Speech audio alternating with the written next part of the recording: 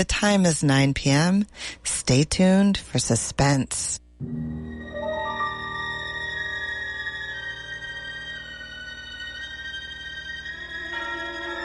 Tonight, we take pleasure in bringing you Suspense, a weekly anthology of notable melodramas from stage and screen, fiction and radio, presented each week to bring you to the edge of your chair, to keep you in suspense.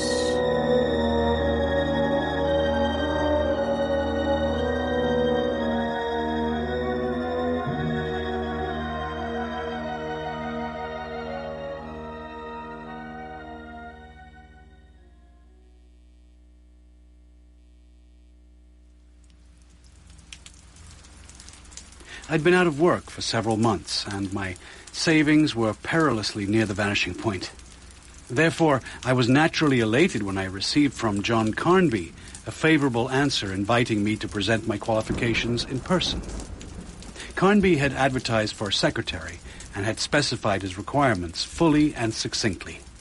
His requirements were of such nature as to bar even the average well-educated person with knowledge of Arabic foremost among his needs. Luckily, I had acquired a certain degree of scholarship in that unusual tongue. And so it came to pass that I found myself at Carnby's home, atop a hill in the suburbs of Oakland. It was a large two-story house, overshaded by ancient oaks and dark with a mantling of unchecked ivy, among hedges of unpruned privet and shrubbery that had gone wild for many years. It was separated from its neighbors by a vacant, weed-grown lot on one side, and a tangle of vines and trees on the other.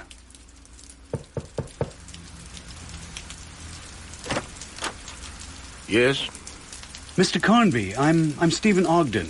We spoke earlier about the secretarial position. Of course. Please, come in, Mr. Ogden. You may put your bags down here in the entryway. Thank you, sir. Your resume is quite impressive, as is your fluency in literary Arabic. How are you in the classical form? My initial studies were in classical Arabic, Mr. Carnby, so I'm actually more comfortable with it than with the modern form. You are well acquainted with the works of al-Baladuri? With his Kitab Ansab al-Ashraf, of course. And you have read the Muqaddimah, yes? Ibn Khaldun is a particular favorite of mine, as is Ibn Battuta. In fact, I have works by both of them in my bags downstairs. I think you will do, Mr. Ogden. Your labors will not be very heavy, but I want someone who can be on hand at any time required. Therefore, you must live with me.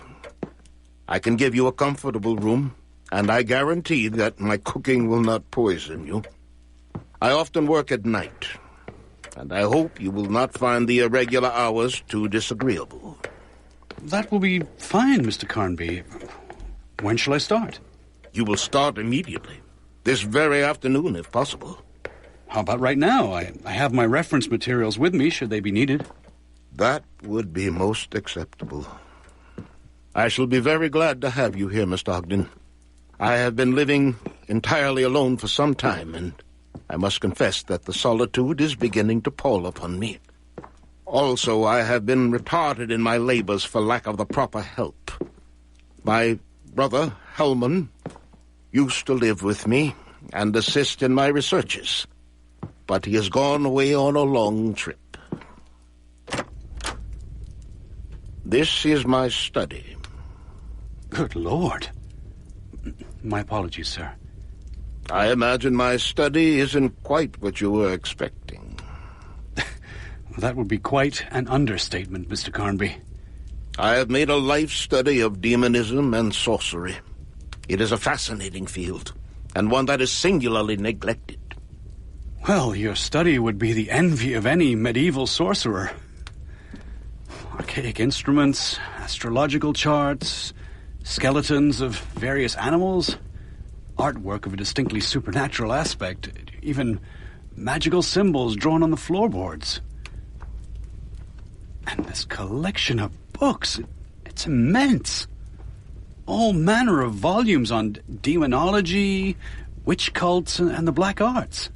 I am now preparing a monograph in which I am trying to correlate the magical practices and demon worship of every known age and people. Your labors, at least for a while, will consist in typing and arranging the voluminous preliminary notes which I have made, and in helping me to track down other references and correspondences. Your knowledge of Arabic will be invaluable to me, for I am none too proficient in the language myself, and I am depending for certain essential data on a copy of the Al-Hazif, that ancient Arabic text that was to later become most infamously known as the Necronomicon. The Necronomicon? I'm not especially well versed in magical lore, but even I have heard of it. The Necronomicon is supposed to contain the ultimate secrets of evil and forbidden knowledge, isn't it? It is. The spells, incantations, and descriptions contained within were potent enough that the author, the mad Arab Abd al-Hazred, was reportedly devoured horribly in broad daylight by some invisible monster. And you have the original Arabic translation? It's thought to be no longer in existence. I'll show you the volume after dinner. You will doubtless be able to elucidate one or two passages that have long puzzled me. Puzzled? In what way, sir? I have reason to think that there are certain omissions and erroneous renderings in the Latin version of Olas Vermius, which I have been using in certain researches. However, that will wait until later. In the meantime, I have some notes that I wish to have typed. The evening meal, prepared and served by my employer himself, was a welcome change from the cheap restaurant fare to which I was accustomed. Carnby seemed to have lost a good deal of his nervousness. In fact, he was very talkative and even began to exhibit a certain scholarly gaiety after we had shared a bottle of mellow Sauterne. Still, with no manifest reason, I was troubled by intimations and forebodings which I could neither analyze nor trace to their rightful source. Those feelings were only exacerbated when we returned to the study.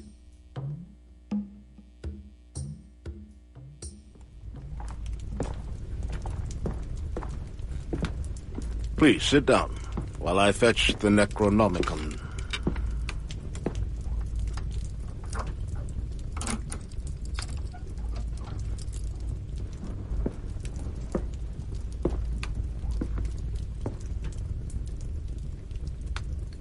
Ebony covers, arabesque with silver and set in garnets. Must be enormously old.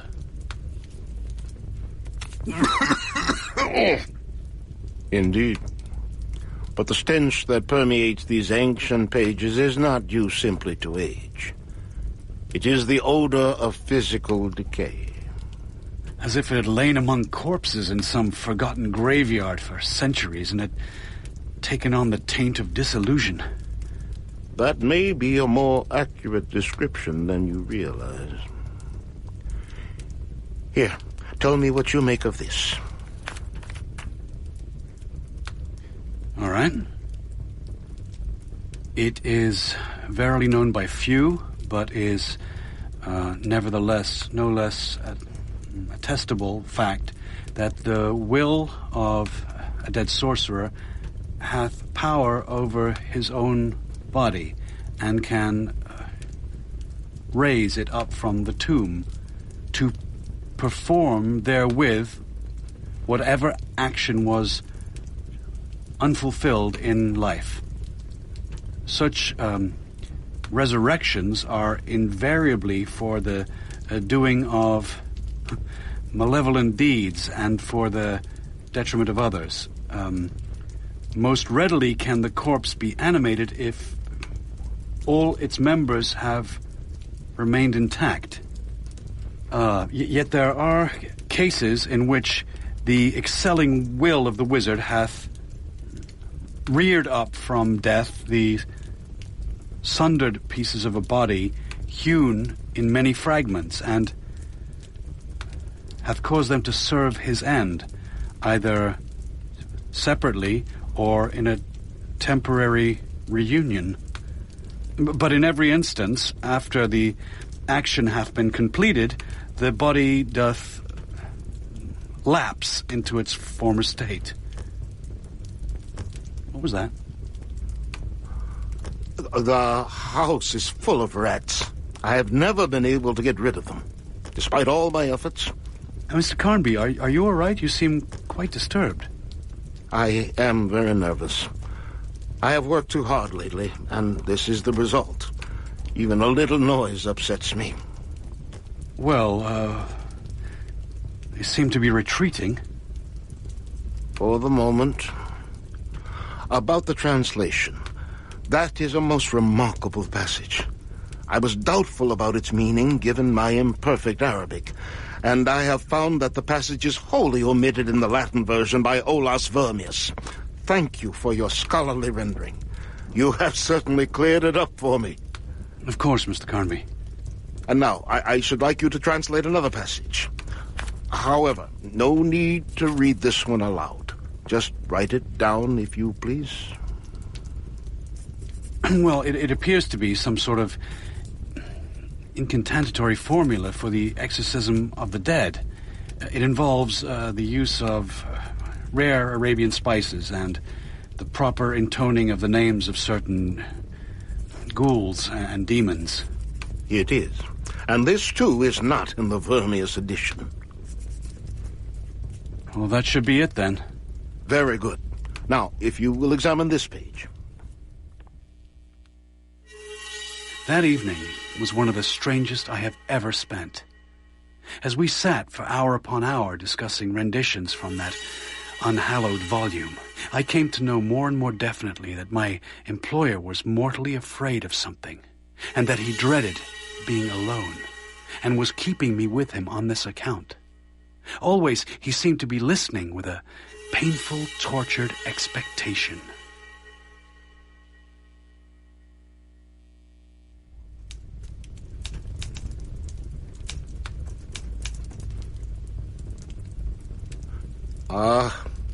I fear that I have kept you up too long. You must go and get some sleep. I'm selfish, and I forget that such hours are not habitual to others, as they are to me. Oh, it's not that late, Mr. Carnby? Nonsense. You were barely able to keep your eyes open. Please, take your leave. Good night. Good night, sir.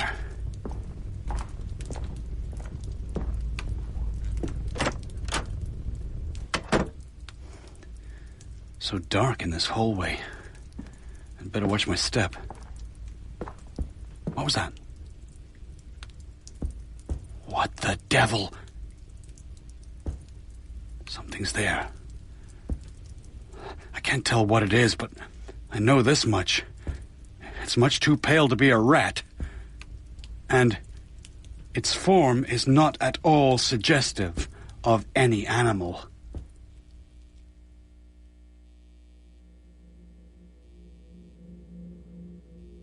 That night, I slept a deep and dreamless sleep, and did not awaken until 10 o'clock the next morning.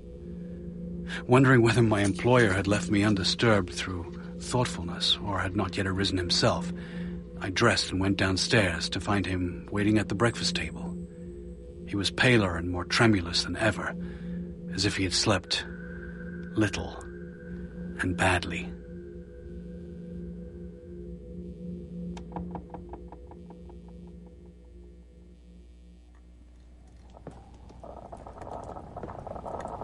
Good morning, Mr. Ogden. Good morning, sir. Did you sleep well? I did, thank you. My apologies for being so late to rise. I don't normally sleep past 7 a.m. I hope I haven't detained you. Think nothing of it. I've only just arisen myself, not more than 20 minutes ago. I do hope the rats didn't annoy you too much. Something really must be done about them. I didn't notice them at all. Can I offer you some breakfast? No, thank you. This coffee will be fine for now. So, you didn't see or hear anything unusual? No. Nothing. Are you quite certain? Quite. Excellent. If you will excuse me, I have a private matter to attend to. I shall be indisposed until late in the afternoon, and am not to be disturbed under any circumstances. Is that understood? Yes, of course, Mr. Carnby. I shall have need of you later this afternoon and all evening. In the meantime, you are free to do whatever you wish, provided that you do not leave the house. I highly recommend the library downstairs. You shall find it quite impressive for a private collection. That sounds like an excellent idea, sir. Thank you. Until later. Until later.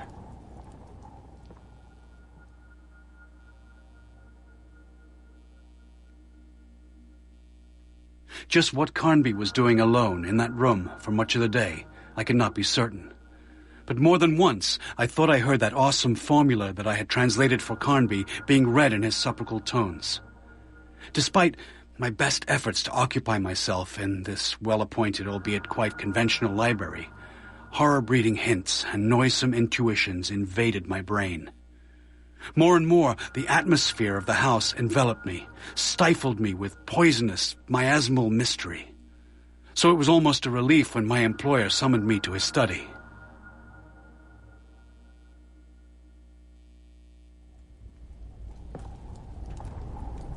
Been doing a bit of redecorating, Mr. Carnby. Why do you say that? That Isfahan rug, it had been near the wall, but now it's at the center of the room, covering the floorboards upon which your magical symbols are drawn. And that smell, it's quite aromatic. Arabian gums and spices, aren't they? Such as the ones described in the passage I translated for you. I have some detailed notes I wish you to type for me, Mr. Ogden, related mainly to formula for the acquisition of unlawful power. Unlawful power, sir? Around 7 o'clock we shall have supper, and then return to work. It may be a very late evening. Are you feeling sufficiently rested? Oh, yes, sir. A late evening will be no trouble at all. Good. Then let's get to work, shall we?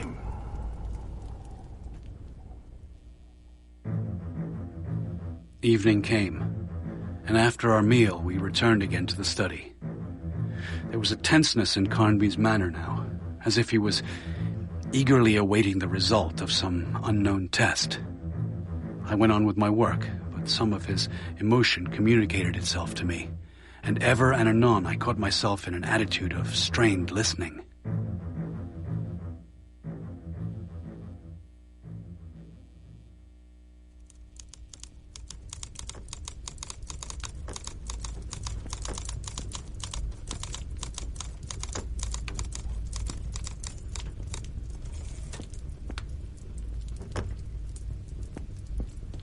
Do you hear that? Mr. Carnby, did you hear that? From the expression on your face, you hear it all right.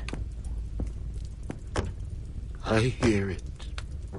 Then tell me, what is all this racket? It's getting louder by the moment. The rats, I tell you, it is only the rats. Rats? Are you mad? That cacophony of sound is more than even the biggest of rats could make. Don't open that. Good God! You saw? It was a human hand severed at the wrist. A bony, bluish hand like that of a week-old corpse, with garden mold on the fingers and under the nails. But the damnable thing was moving. And it wasn't alone. There were other body parts, a foot, a part of a leg, and a forearm, moving away slowly, flopping and wriggling hideously in a charnel procession. In heaven's name, what does it mean? He is stronger than I am. Even in death, even with his body dismembered by the surgeon's knife and saw that I used, I thought he could not return after that. After I had buried the portions in a dozen different places, in the cellar, beneath the shrubs, at the foot of the ivy vines. But the Necronomicon is right, and my brother Helba knew it. He warned me before I killed him. He told me he could return, even in that condition. But I did not believe him. I hated Hellman, and he hated me too. He had attained a higher degree of power and knowledge, was more favored by the Dark Ones than I. That is why I killed him. My own twin brother. My brother in the service of Satan, and of those who were before Satan. We had studied together for many years. We had celebrated the Black Mass together, and we were attended by the same familiars. But Hellman Carnby had gone deeper into the occult, into the forbidden, where I could not follow him. I feared him, and I could not endure his supremacy. It has been 10 days since I did the deed, but Hellman, or some part of him, has returned every night. Dear God. His accursed hands crawling on the floor, his feet, his arms, the segments of his legs climbing the stairs in some unmentionable way to haunt me. His awful bloody torso, laying in wait. I tell you, his hands have come even by day to tap and fumble at my door, and I have stumbled over his arms in the dark. Merciful heavens, I shall go mad with the awfulness of it. But he wants me to go mad. He wants to torture me till my brain gives way. That is why he haunts me in this piecemeal fashion. He could end it all at any time. The demoniacal power that is his, he could reknit his sundered limbs and body and slay me as I slew him. How carefully I buried the parts, with what infinite forethought, and how useless it was. I buried the saw and knife, too, at the farther end of the garden, as far away as possible from his evil, twitching hands. But I did not bury the head with the other pieces. I kept it in that locked cupboard at the end of the room. But he does not need the head. His will is elsewhere and can work intelligently through all his members. Of course, I locked all the doors and windows at night when I found that he was coming back. But it made no difference, and I have tried to exorcise him with the appropriate incantations, with all those that I knew. Today, I tried that sovereign formula from the Necronomicon, which you translated for me. It was why I hired you. I got you here to translate it. That, and I could no longer bear to be alone here. And I thought it might help if there was someone else in the house. That formula was my last hope. I thought it would hold him. It is a most ancient and most dreadful incantation. But, as you have seen, it is useless. Are you leaving? Don't go! Yes, I'm going. I'm resigning my position right now, and I intend to pack my belongings and leave this house with as little delay as possible. Please, wait. I'll double your salary. Triple. Name your price. Mr. Carnby, there is no amount of money that could convince me to spend another moment in this house. I should prefer to face whatever might lurk in that hallway, no matter how loathsome or terrifying, rather than endure any longer the society of one capable of so monstrous an act. No!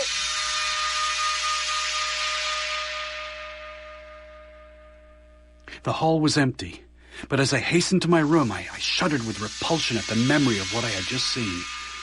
I think I should have screamed aloud at the least sound or movement in the shadows. I began to pack my valise with a feeling of the most frantic urgency and compulsion. It seemed to me that I could not escape soon enough from that house of abominable secrets, over which hung an atmosphere of smothering menace.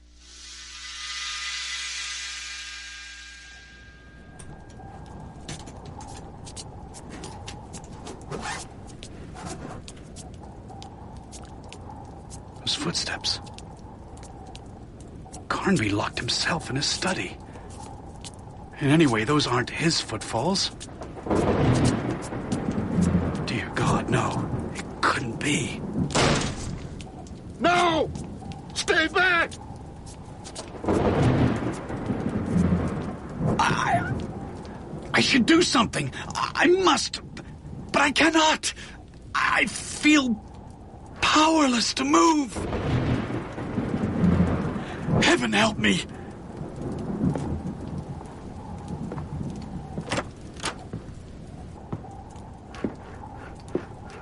That sound.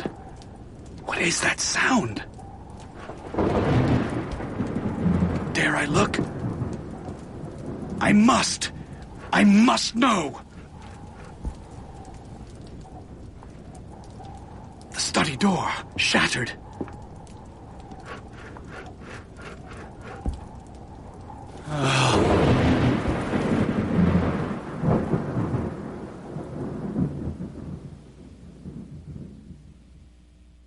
Upon discovering the source of that unnerving sound, I fell into a dead faint, and understandably so, given what I had seen. For as I had peered into the room, I saw the gruesome outline of a monstrous, awkwardly moving shadow on the Isfahan rug. Horrified, I nonetheless crossed over the sill and entered the room. And that's when I saw the source of the shadow. Huge, elongated, misshapen, the shadow was cast by the arms and torso of a naked man who stooped forward with a surgeon's saw in his hand. There was an overall air of rot, decay about him, and yet this was not the true monstrosity. Its monstrosity lay in this. Though the shoulders, chest, abdomen, and arms were all clearly distinguishable, the shadow was headless and appeared to terminate in an abruptly severed neck.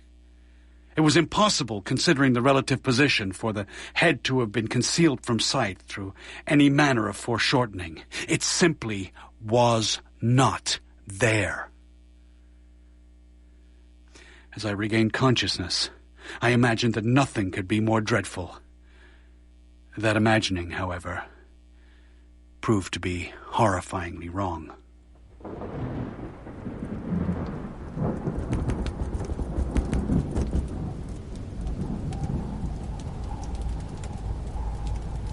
Upon the floorboards lay a double heap of human segments, mingled in abhorrent confusion. Some of them fresh and bloody, others already blue with beginning putrefaction and marked with dirt and mold. A reddened knife and saw were protruding from the pile, and a little to one side, between the rug and the previously locked cupboard, its door now shattered, there reposed a human head that was fronting the other remnants in an upright posture. It was in the same condition of incipient decay as the body to which it had belonged, but I swear that I saw the fading of a malignant exultation from its features as I entered. Even with the marks of corruption upon them, the lineaments bore a manifest likeness of John Carnby. For they could belong only to a twin brother.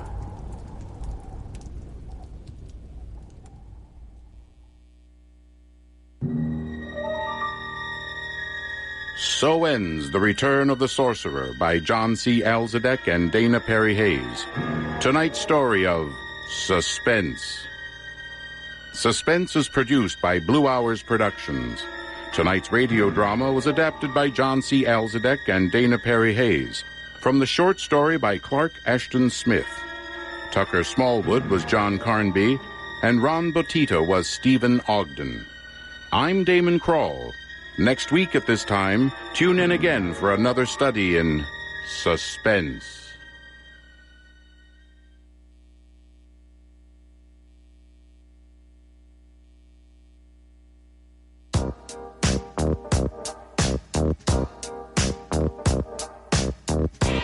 KPFA and Marcus Books are proud to introduce you to Darnell Moore, an award-winning writer and activist on the East Coast, a leader in the movement for Black lives and the LGBTQ movement, a powerful advocate for justice and liberation, a self-proclaimed feminist whose writing just might remind you of James Baldwin. Darnell Moore will be presenting his first book, No Ashes in the Fire, Coming of Age, Black and Free in America, at First Congregational Church, 2501 Harrison Street in Oakland. KPFA's Mellow Greg Bridges will be hosting this KPFA benefit. Tuesday, June 12th, 7:30 p.m. The church has wheelchair access and there is free parking just